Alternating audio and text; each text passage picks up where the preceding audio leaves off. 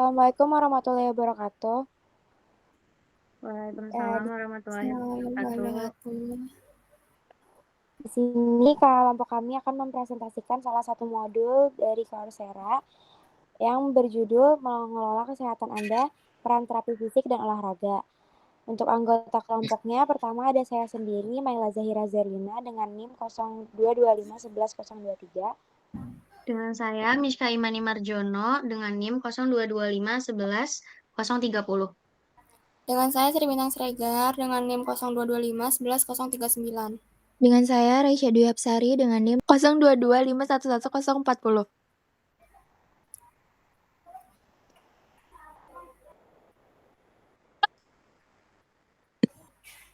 Di sini ada materi dalam aplikasi. Yang pertama ada video lecture, reading material, quiz, tugas, terus diskusi forum, ada final project, ada self-paced learning, yang terakhir ada peer graded assessment.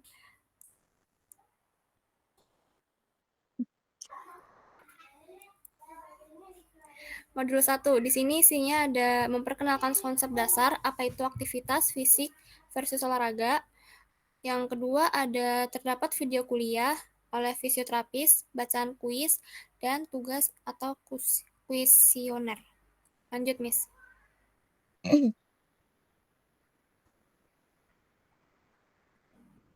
Lalu di sini ada modul 2 yang isinya fokus pada penyakit kardiovaskular, bagaimana kurang gerak atau inaktivitas menjadi faktor risiko besar. Yang kedua ada kuliah oleh fisioterapis spesialis kardiovaskular membahas pentingnya olahraga untuk kesehatan jantung dan sirkulasi. Yang terakhir ada dilengkapi bacaan tambahan, video, dan kuis modul. Next. Selanjutnya ada modul 3. Modul 3 ini fokus pada kesehatan tulang dan osteoporosis. Kenapa olahraga penting jika seseorang punya resiko atau sudah mengalami osteoporosis. Lalu diminta refleksi apakah olahraga ini sudah memenuhi rekomendasi untuk penderita atau beresiko osteoporosis. Terus diminta juga survei online untuk menghitung asupan kalsium penting sebagai bagian dari pencegahan osteoporosis. Lalu diajarkan bagaimana melakukan aktivitas sehari-hari secara aman atau video agar tidak membahayakan tulang, termasuk kuliah dari pakar oesto, bacaan, refleksi, dan kuis modul. Next.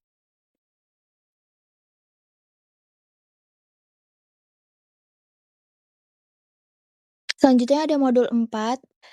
Modul 4 ini membahas bagaimana olahraga dan aktivitas fisik bisa membantu orang yang memiliki atau pernah memiliki penyakit kanker. Lalu, modul 4 ini mengajak refleksi misalnya, apakah Anda atau seseorang yang Anda kenal ini cenderung terkena kanker dan bagaimana olahraga bisa membantu dalam perjalanan itu. Lalu terdapat video kuliah oleh narasumber misalnya pakar, plus video tentang kelelahan terkait kanker dan panduan dari sumber resmi seperti Canadian Cancer Society mengenai aktivitas fisik untuk penderita kanker. Juga bacaan tambahan, tugas atau kuis di akhir modul untuk menilai pemahaman. Next.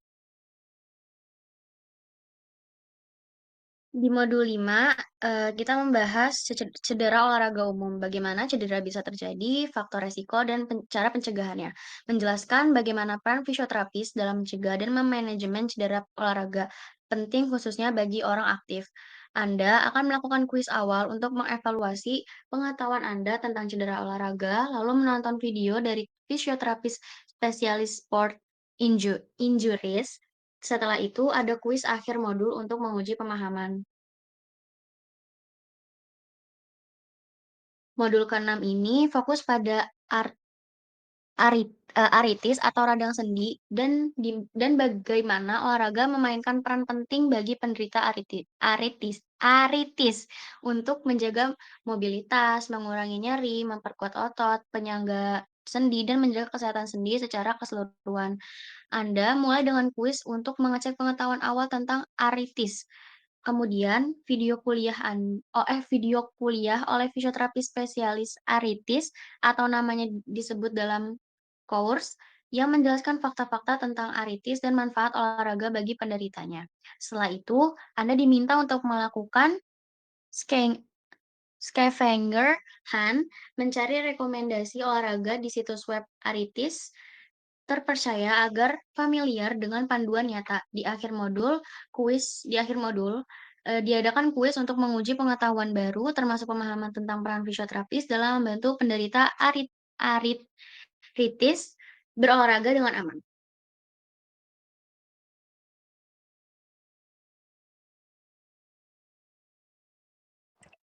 Selanjutnya untuk kelebihan dari Coursera, yang pertama ada materi dari universitas dan institusi yang ternama. Yang kedua ada sertifikat yang sudah pasti diakui oleh dunia. Yang ketiga itu ada metode belajar yang fleksibel atau self-paced. Selanjutnya,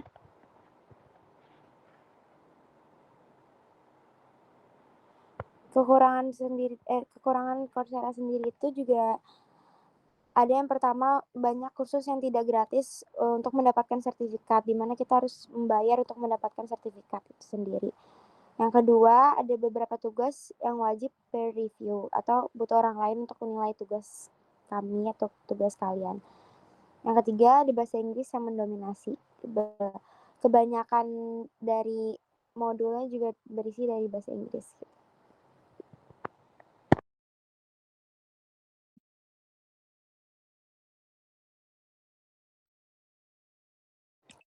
Sekian dari presentasi kelompok kami, kurang lebihnya mohon dimaafkan.